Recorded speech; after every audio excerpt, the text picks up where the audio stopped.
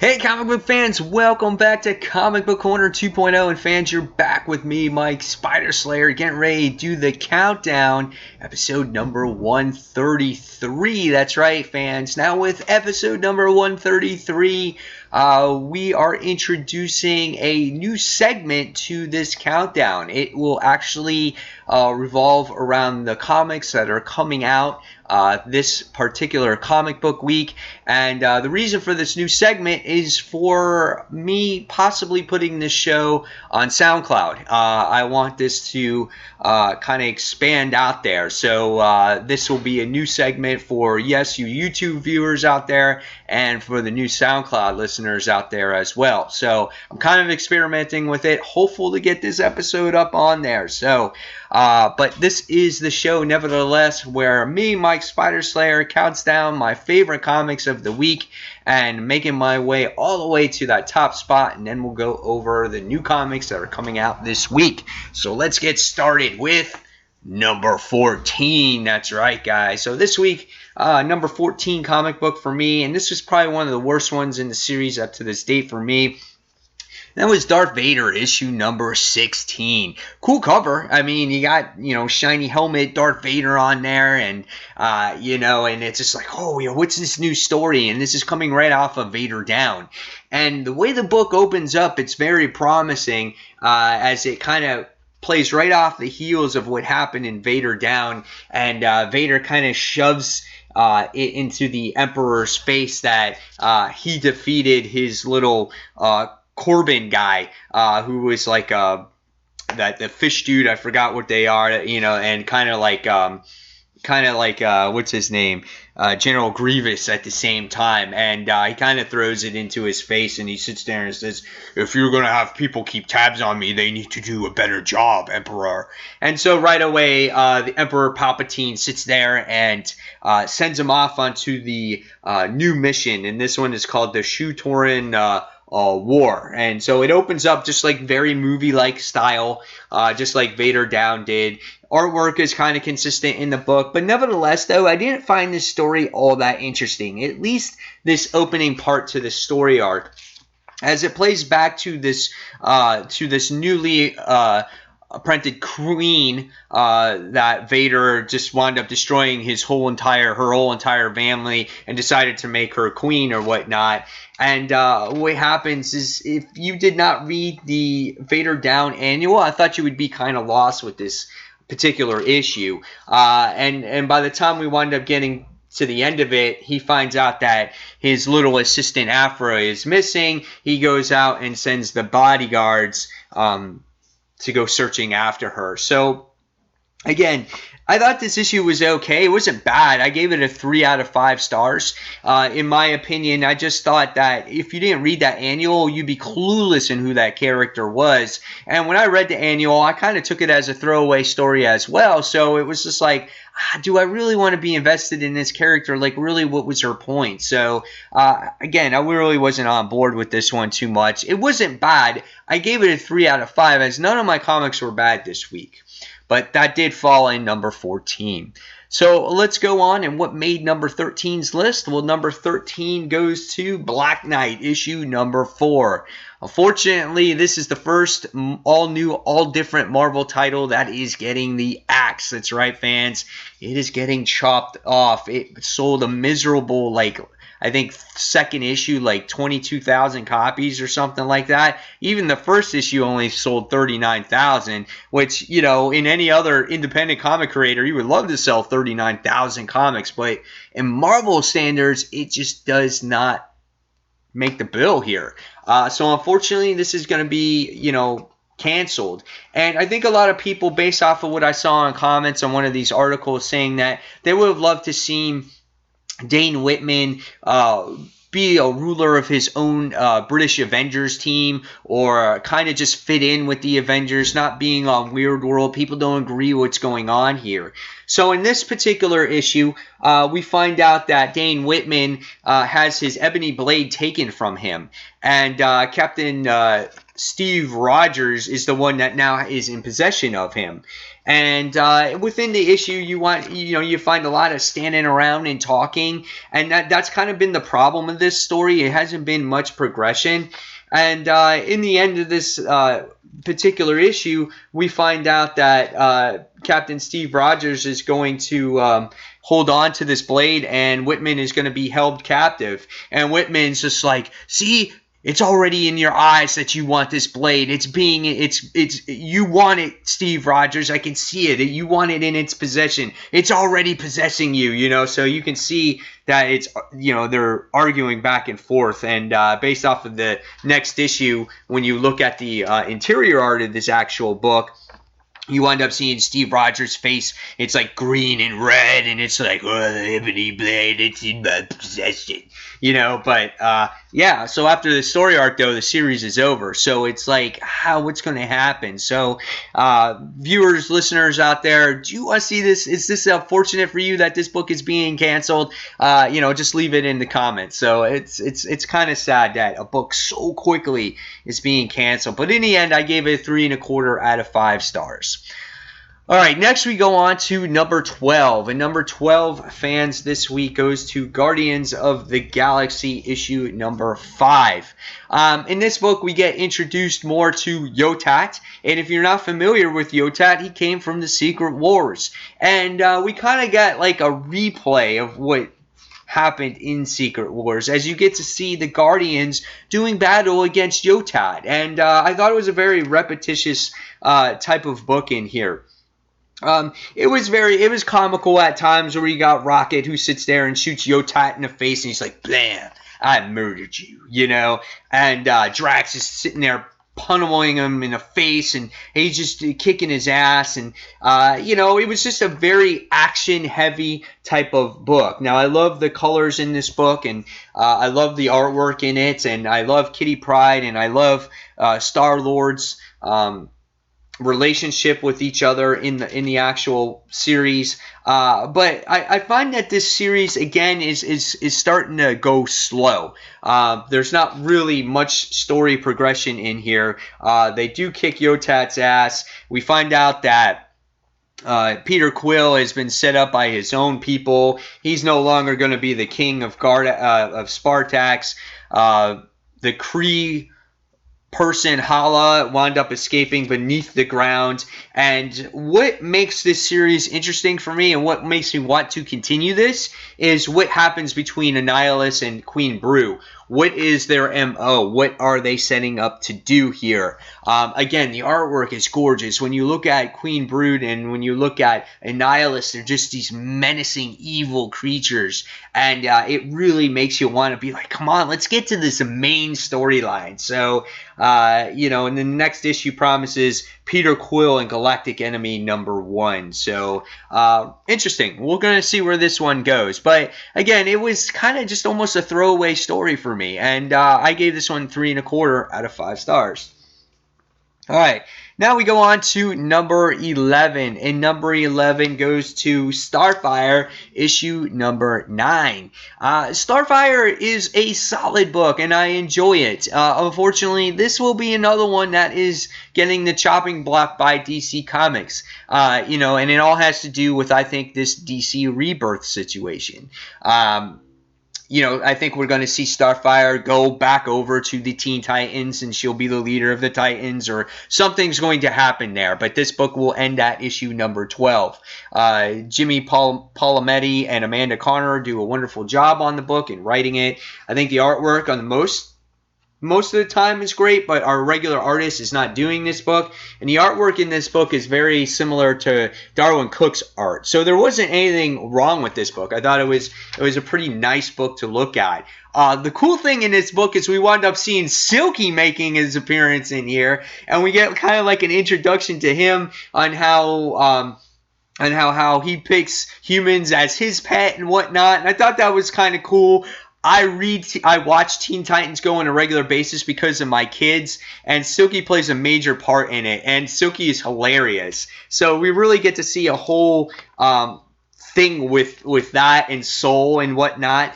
And we wind up finding out that the main story in this particular issue has to deal with an At Lee, and they're going beneath the ground and whatnot. But in the end, it winds up becoming like this huge setup. And so, again, it was an okay story. Nothing here that sat there and said, this is fantastic. And, I have every issue of Starfire, and I just want to see it. I just want to see it through. I want to complete the series to say, hey, I have the whole volume. But if it was, it's just unfortunate that it has to go, because in its own way, it's a nice story, and I love Corey, and I love how naive she can be in a good way at times. So this is a fun book, and I gave this one a 3.5 out of 5 stars. All right, going forward now, we cracked the top 10, and number 10 goes to All New, All Different, Avengers issue number 5. As for me personally, I liked issue number 2 the best, because we got to see the beginning of a story arc, and we got to see the introduction of the all-new, all-different Avengers headquarters. We got to see the team assembled for the first time. You got to see some crazy and unusual things. But the one thing that's kind of over the top in this series is the characters. The characters are like way over the top and over dramatic. And in this particular issue, we wind up seeing Vision. He's kind of sabotaging the team in here. And Miss Marvel goes on to a mission, and we find out that when Captain America Sam Wilson does the playback in the book, we wind up finding out that that Vision put in a hologram to look like that Miss Marvel was hurting people. And she was like, what? No. She's like, I would never do that. And Sam Wilson is explaining to her that you can't do that, that you can't jeopardize people. I knew it was a mistake on hiring you for the team. And he's just like, you're reckless and you're off the team. And I get it. Like, I totally get why Sam Wilson would be upset. But he is so pissed off, and he's such a douchebag. And the way he's, like, his visual here, when you look at the book, he's plain out yelling at him. And she just says, well, that's not true. That's not how things would go. And he goes, how can you be so reckless? Those people barely escaped with their lives. You nearly killed them. What were you thinking? You know? And she's like, I looked, I checked, I would never. He's mistaken. No one was. And you know, and it's just like Sam Wilson just automatically dismisses her. And then, of course, Miss Marvel has every right to be upset. But again, same thing. She's just over the top. She's just like, oh, you happy now? I can't be an Avenger now. And she starts freaking out. And like, I get it. You know, it was her dream to be an Avenger. But again, she's just too over the top. And that's the way the characters are here. And then when Nova sits there and kind of intervenes with everything, same thing.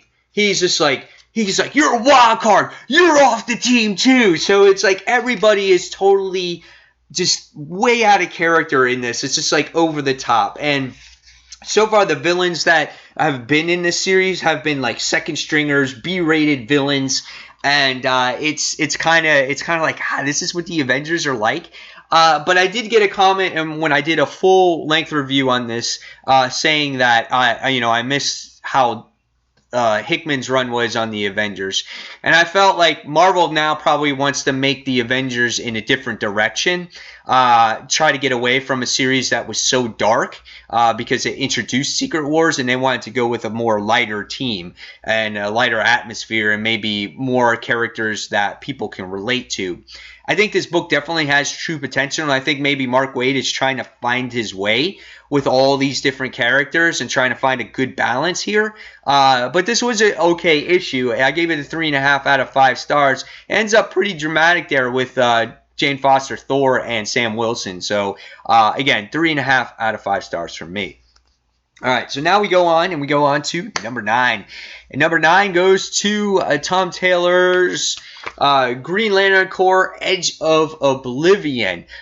This issue was pretty cool. It had a lot to do with Guy Gardner, as he blames Kilowog for the death of Muck Muck. And if you remember in the first issue, Muck Muck gets killed by some strange creature in that first issue. They ripped off his hand, he loses his Green Lantern power, and then he just becomes skin and bones. And so Guy Gardner's all pissed off at the situation, and he blames Kilowog, and Kilowog's like, I understand. They kind of want answers. They find out who the enemy is in here. Right away, the enemy starts to attack. And what happens is we wind up losing Orissa and Badaj at the end of the issue, and then Guy Gardner is totally pissed off at the whole situation, and the expression on his face is just absolutely priceless. Ethan Van Sciver on the artwork is second to none in this book. It is so well done.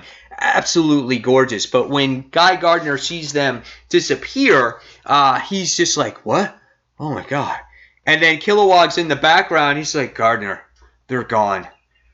There's nothing you can do for them. And he's just like, shut the fuck up. And he cracks him right in the freaking face.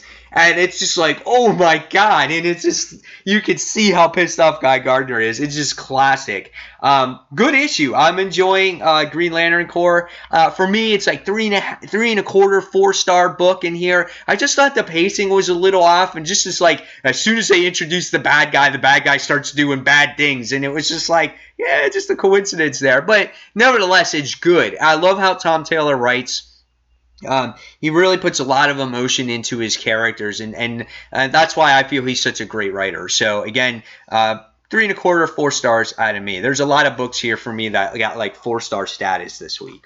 All right, next book we get is number 8, and number 8 goes to Spider-Man 2099. I was kind of trying to make this out on what this cover was, but it's actually a Inhumans cocoon. And so what happens in this issue is we find out that Miguel O'Hara in this book is actually protecting a scientist that actually was studying this the Terrigen mist that was sent from Peter Parker Industries, and you wind up seeing her being exposed to the Terrigen mist, and she winds up being in this cocoon. So then we wind up seeing this guy comes, this like Inhuman wind up coming, and he wants to take possession of this cocoon. And once the cocoon hatches, if he feels that it's worthy, he either destroys it or he keeps it for his own. Now, if you remember, if you watched Agents of S.H.I.E.L.D., this was the same mutant that was, Inhuman that was in Agents of S.H.I.E.L.D. And I was like, oh yeah, that's pretty badass that they brought that character back. So you wind up getting to see this this huge battle by Miguel and the character in the book fighting over this huge cocoon. And so what happens by the time you wind up seeing it, as you see a new Inhuman emerge, and she's like this fire Inhuman. Very gorgeous artwork at the end. It was a really nice book to look at.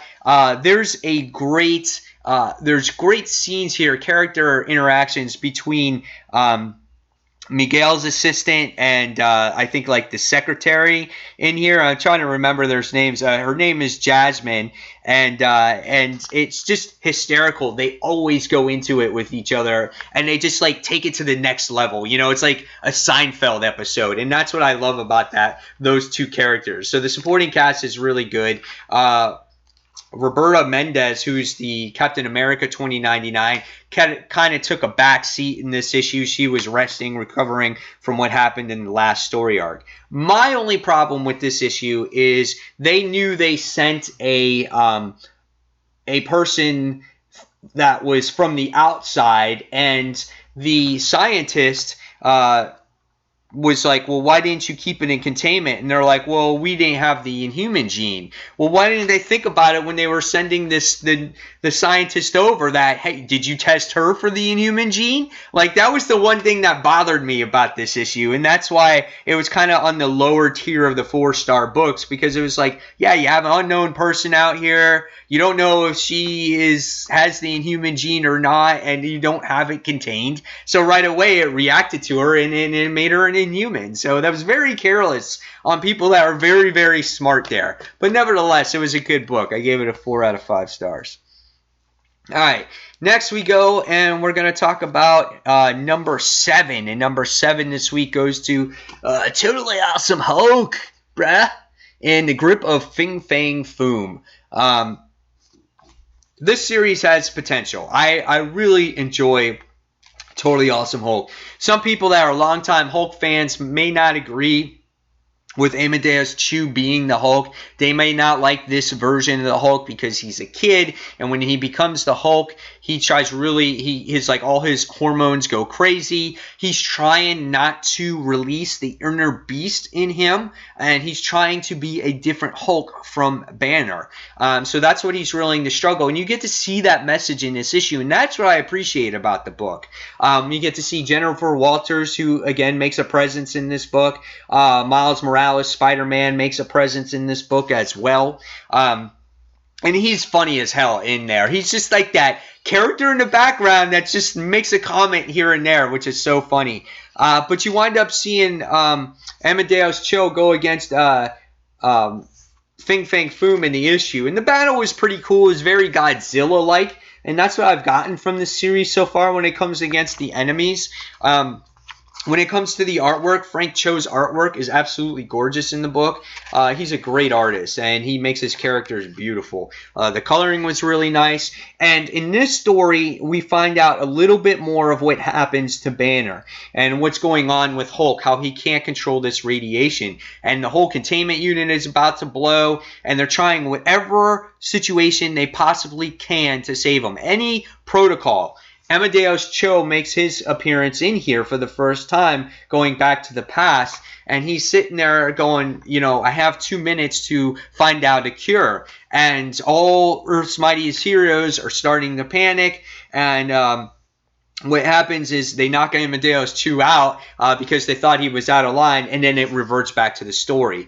So in the letters page, when you go back, you're going to find out some more about what happens to Bruce Banner Hulk in issue number 4, and then there's pretty much almost a whole issue dedicated to him in issue number 7. So I really like how they continue to explore Banner's background in this series. So really enjoyable in my opinion. I really think that if you guys dropped Totally Awesome Hulk in the issue number 1, it's much more enjoyable, and there's a story here than just Amadeus Cho having hormones and saying, dude, you look hot, It's much more than that. It is a good story. You just got to give it a chance, and that's the way it is when it comes to a lot of comic books. You got to give them a story arc, get a feel what the writer's trying to do, what the artist is trying to do, and you might be surprised in the end. So by the time I got done with it, I gave it 4 out of 5 stars.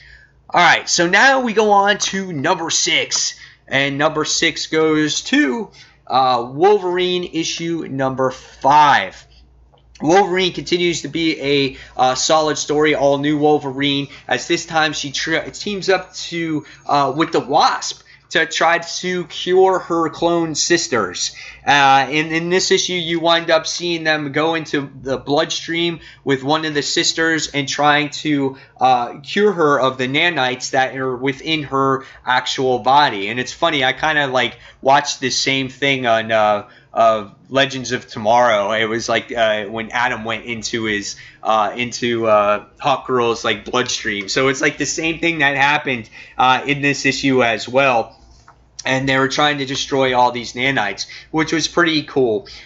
We wind up seeing that this Acclimax military guy winds up coming through, and they wind up shooting one of the sisters that was getting cured, and she winds up dying at the end of the issue. So a lot of action, another death that happens with one of these sisters. You're actually starting to see some emotion from some of these girls, which is developing, which is really nice. And it's a good book. How long will this story go when it comes to these sisters? I'm not really sure. I want to see something a little bit more than this. We are going on to the 6th issue with the same exact story. So I want to see, a little bit more development where Laura's journey is going to go. Are these sisters going to be a part of her or not? Or is this just one story arc? Right now we're getting almost like a team-up book in many ways where, We got to see her boyfriend Angel in the first issue.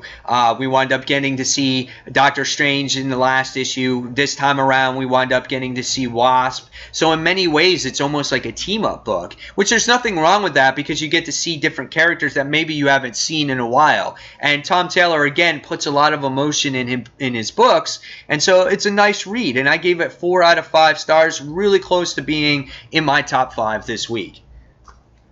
All right, next, we're going to go on to number 5. And number 5 goes to Weird World, issue number 3. That's right, fans. This book is just so messed up, but in so many ways, it's so good. I really like this. And Becca Rodriguez is on this quest now in Weird World to try to find a body for this wizard. And so this wizard can possibly send, excuse me, her home. And she's being threatened throughout this particular book from everybody. Don't go there. You're gonna go across, and you come across Morgan Le Fay, and you're gonna create this war and everything like that. But this book is just so out there and so weird. It's so different, and it just feels like it's independent comic. It's like totally awesome. I love it. I don't know. When I get done reading it, I'm like, this is good. And every time I get it, I'm like, I don't know if I'm going to like it. But when I get done with it, it's really, really good. And the cast of characters are way out there. And Morgan Le Fay kind of looks like who is it? Maleficent or the evil queen from like a Disney movie? I'm trying to make it, but nevertheless, she has a motive too, as she has a loved one that she's taking care of, and so she needs that seed to get her loved one to get well again. So really interesting, and they do battle against these crazy like creatures, like this this guy that's this lava creature, and he's like, I spit hot fire, you know, and it's just like the artwork is beautiful, the coloring is awesome, and they're like, oh, it's the Mammoth Inferno, we have to stop him. And then you get this, like, the grand mechanic when you ask for like certain parts. She comes and does battle against this crazy mammoth fire creature, and they do this battle and they go back and forth, and it's just like, holy shit, what's going on? And then you wind up seeing a Watcher in this book, and I'm just like, wow, this is even more weird than I ever anticipated. And by the time you wind up getting to the end of it, you're just like, wow, that was weird, you know, but in a good way. And next they got to go to this new land called the Enchanted Village, and it looks like something you would see out of freaking Candyland. It's just hysterical. You know, you look at that back artwork page, and it's like lollipops and cupcake houses and all kinds of weird stuff. So I was like, man, that is insane right there. But yeah, Weird World issue number 3. Good book. 4.25 out of 5 stars. I liked it from when it was in Secret Wars, but this one seems to be better because Becca Rodriguez is a badass, and she doesn't take shit from nobody, and that's what I love about her so much. Alright, so next we go on to number 4, and number 4 is Miss Marvel. That's right, fans. Miss Marvel, issue number 4. Miss Marvel is having a tough time dealing with all kinds of stuff. She's having a tough time dealing with her brother is just got engaged, so she's going to have to attend the wedding, and she's going to have to help plan the wedding. She's going to have extra people living in her house. She is dealing with the situation of being with the Avengers. She just has school going on. She has her friends. She has bad guys to beat up on her own time. It's just she's dealing with so many things. And so what does everyone wish that they had? A clone? And so really what happens in this issue is she makes it possible. She has Bruno come up with an actual clone of herself. Not 1, not 2, but 3 clones, so she can be all in these weird places. And the clone is just like from, I think it was like from Loki or whatnot. a lightning golem. So I thought that was pretty neat. And at the end of the issue, you wind up seeing that all these clones were taking place of her where she needed to be. But she felt that her most important place was to be with the Avengers, and instead of her brother's wedding, which is kind of crazy.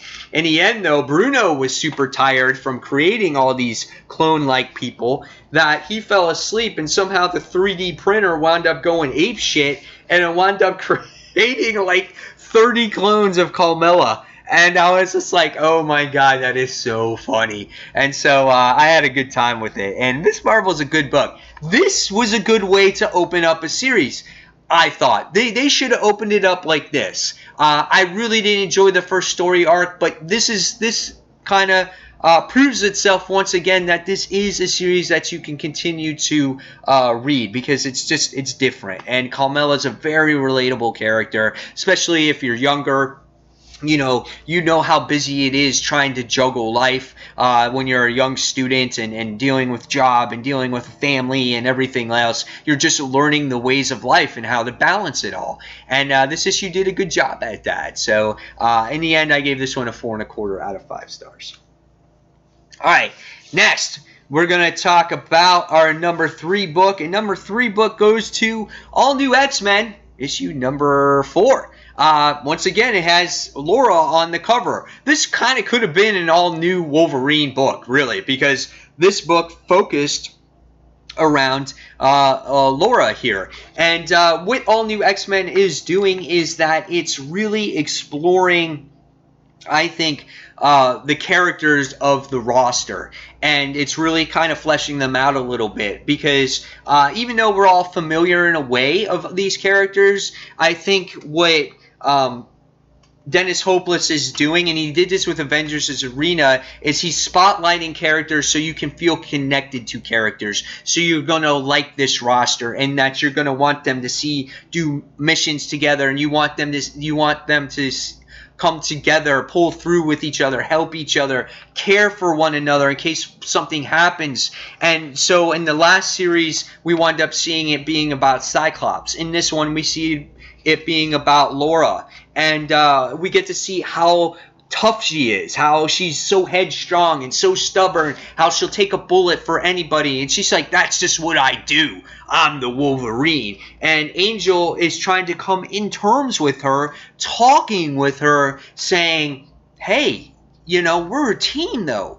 I get that you're indestructible, but we all got to work together. And in the end, you wind up seeing a battle erupt between the Blob and X-23, and the dude's fat, but he sits there and he's super fast, and he grabs X-23 by the head and just pounds her in the face, boom, boom, boom, and then so what happens is Angel is just pinned down, and he's just like, Laura, and really she's just getting the shit beat out of her. But really good book. Awesome artwork. Mark Bagley's artwork is absolutely phenomenal in this series, and I enjoyed this one. I thought this one was better than the Cyclops story, and I think it really is going to boil down to, with these opening story arcs, is which characters you like the best. So I wouldn't be surprised if we, in the next one, we touch on Kid Apocalypse or Iceman or Indy or Pickles or something like that, So we'll see where this series goes, but I liked it because it was a Laura story. And I gave this one a 4.5 out of 5 stars. All right, next, number 2. Number 2 goes to Old Man Logan, issue number 2. This book was really well done. This was a toss-up. Either book, my next 2 books could have been in that number 1 spot, but I just felt that the next issue had a little bit more excitement to it, and people were anticipating it. But Old Man Logan, really good. I think Jeff Lemire's hitting it right on the head with this series. Andrea Sorrentino's artwork is really well done. We get to see a flashback of what happened in Logan's previous life, or his future life, when it came to the Banner Boys. Just punishing people, how they killed farmers, how they killed his wife, how they killed his kid. It's just things like that. And then we go to present day and we find out that the Hulk is on Logan's hit list. You know, he looks on his arm and he says Banner. He's like, if I kill Banner, none of this stuff will happen. So without thought, without process, he sees Hulk and he winds up slicing and dicing him right from the start. And it's great. The colors are fantastic because it's a bloody battle. There's red that surrounds the entire issue, you know, just like with the lettering and everything else. It's like absolutely gorgeous. But Logan finds out that it's not really Banner. It's Amadeus Cho. And he's trying to find out. And he's like, whoa. He's like, what happened to Banner? And so you don't obviously find that out in this particular issue, but Logan has to, collect his thoughts. He has to, go to somebody where he can trust. He goes, oh, I know someone in Brooklyn I can trust. And so he goes to Hawkeye's place. And, you wind up knowing that it's Hawkeye because he finds Pizza Dog. And he takes a nap and he wakes up and he's like, Barton, Hawkeye?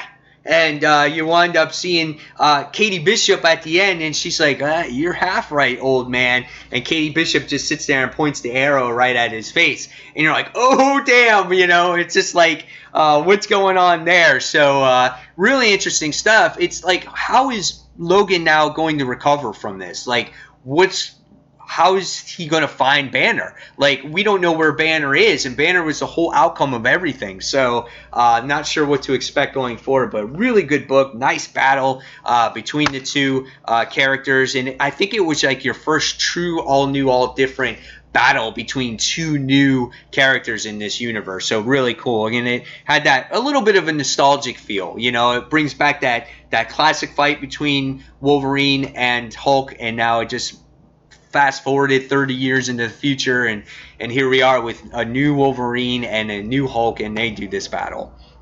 All right, so number one, probably very expected if you've read this book, and but some people didn't give this a high rating because it didn't really had to do with the story that was going on, like when it came to Mr. Bloom aspect of things. But I gave this one a number one. This was number one on my list. Batman issue number 49. We get a new artist on this book. It's written with Scott Snyder and James Tynion IV. Yannick Paquette was the artist in here. And I tell you what, I think he did a nice job of filling in for Capullo in this book. I thought the artwork was really well done in here. There was good facial expressions. There was different worlds in this issue that you got to see and explore. There was a lot of emotion between Alfred and Bruce in here, and I thought this was a very strong, character-driven book when it comes to Alfred and Bruce. Just Bruce realizing that he is Batman, and he goes to Alfred and he's like, bring me to the cave. Bring me to the cave. And he's just like, please, Master Bruce, that part of your life is over. He's like, please don't make me do this. You're finally the person that you were meant to be on this earth. And it was just heartbreaking to see Alfred in that way. But we wind up seeing that there was this machine that if you read a couple issues back, that if you stuck a body in there, the memories of Batman would be instilled into that body, and that would be the new Batman. But no one ever survived the actual process. And in this book, you wind up seeing Alfred and Bruce come to terms, and you wind up seeing going through the trials of that machine and trying to get all those memories instilled. And you get to see him, acquiring all those memories by, I guess, going through these different simulations. And in the end, Batman would always die, and he would come close to brain death, and they would have to restart the machine over again. But finally, Bruce sits there and goes, that's it. You're just going to have to kill me and then shock me alive again, and then I'll get these memories back. And after just much pleading and begging, Jules winds up coming into the issue, says her goodbyes to Bruce, and says, I won't remember you. And they just say goodbye. She presses the button, and then what happens is Bruce is like, get the car, we're going to battle. it's going to continue from there, and that's what happens. I thought that was a fantastic book. I thought it was absolutely gorgeous. Because we've been expecting Batman back for a long time. And it was always, well, how is he going to come back? It was hinted that that machine was going to be into play. But the key thing was the emotional moments there between Alfred and Bruce, father and son. That's basically what it was there. And I think that the Mr. Bloom thing could have waited, because we've seen plenty of Mr. Bloom. We've seen plenty of action. Now we'll get the climax on what's going to happen in this book and what happens to Commissioner Gordon. I just am happy that Batman is back and Bunny Robo Batman is ending. So there you guys have it. There is the countdown for the week. You've seen the worst, you've seen the best, you've seen all that stuff in between. Now it's your turn in the comments below to put what your favorite books were and what your least favorite books were. So now we go on to the new segment of the show where I talk about some of the comics, the most anticipated comics that are coming out for the comic book week. So, first thing that we're going to talk about, that this seems to be a very popular comic on a lot of people's pull list, is Star Wars issue number 16. This is a new story arc. It's called Rebel Jail, starts now. And basically, the rebels travel to a prison base, having taken an important captive invader down. So, when it comes to Star Wars, this series has been really well done. Probably the best Star Wars series, in my opinion, for fans. And I think the artwork is absolutely gorgeous. Stuart Monahan does the artwork, and the story is written by Jason Aaron. Great book. Can't wait to see this new story arc.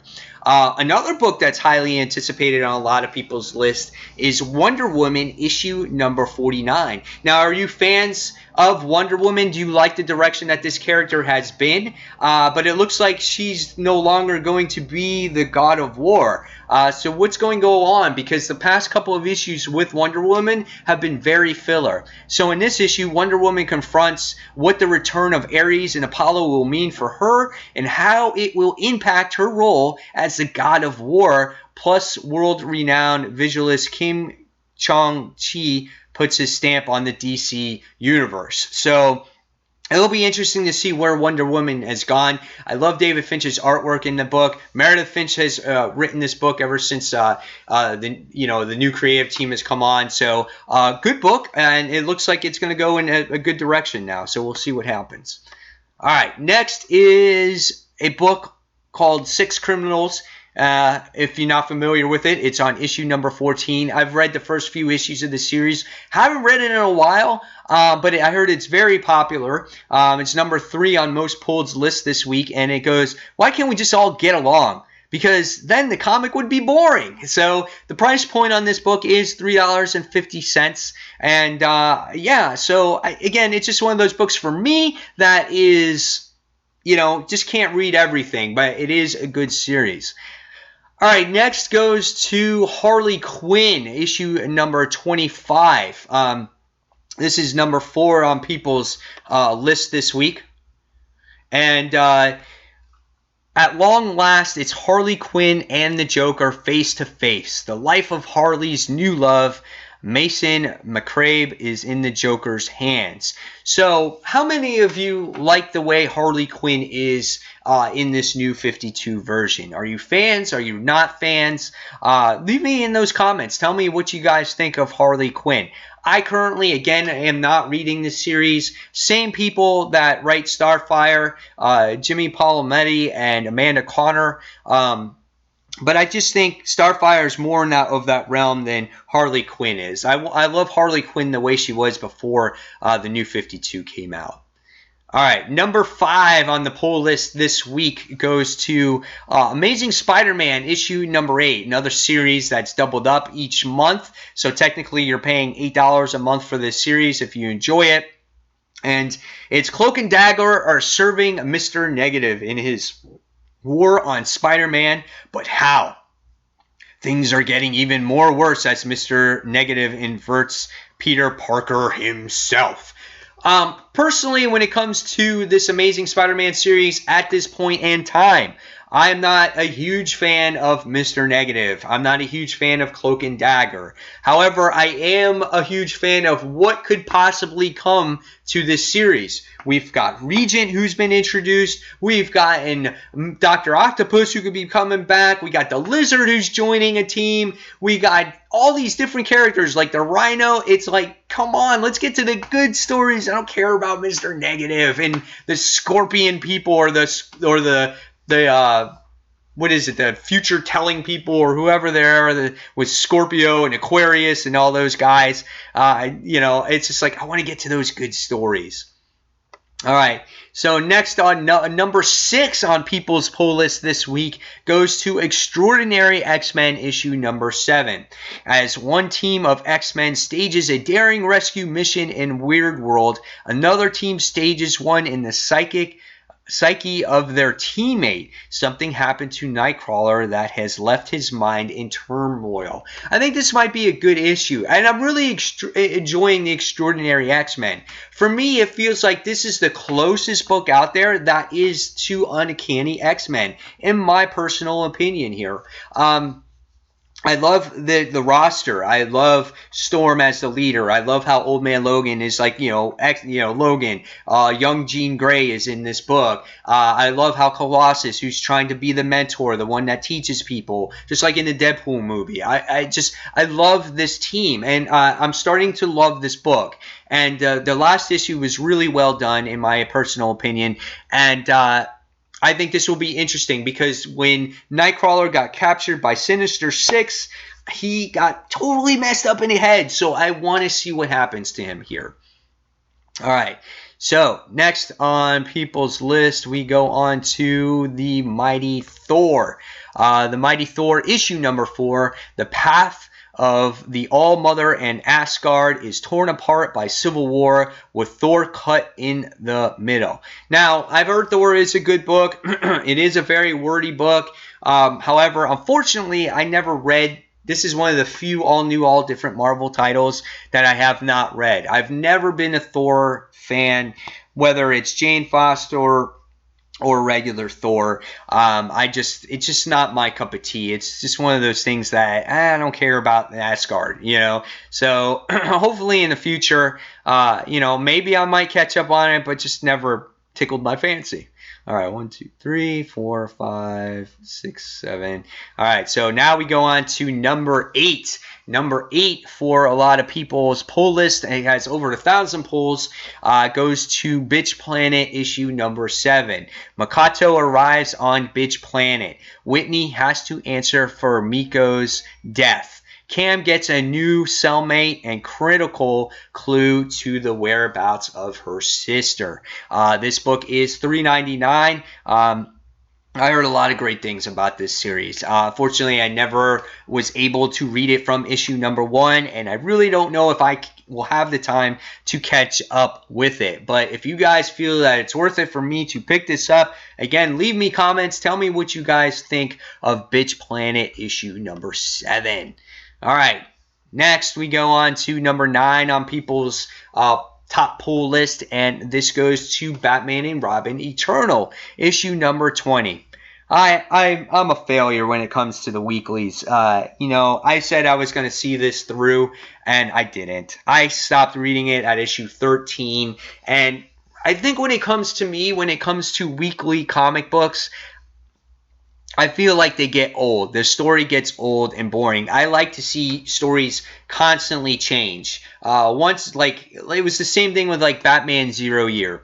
It was like the story was like a year long and it took forever. I like stories to be 3-4 issues and then let's move on to the next story. Because what if you don't like the story, But I get it. This is a weekly. This is one story and that's that.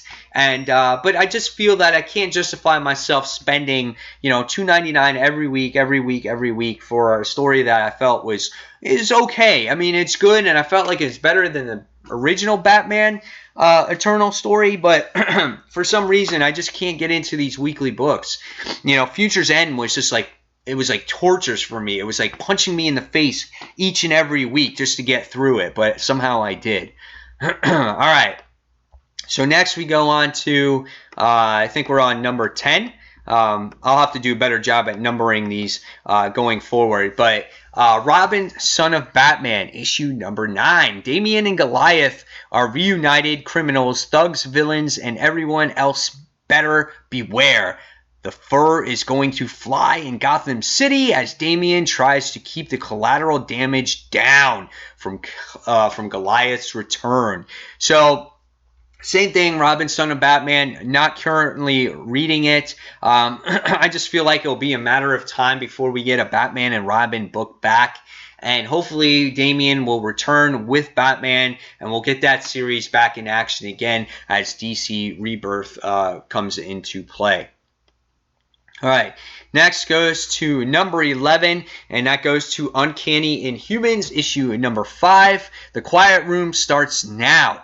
Black Bolt's new place and fascinating curiosity that could very well put all the Marvel Universe in a tight spot. Excuse me. So,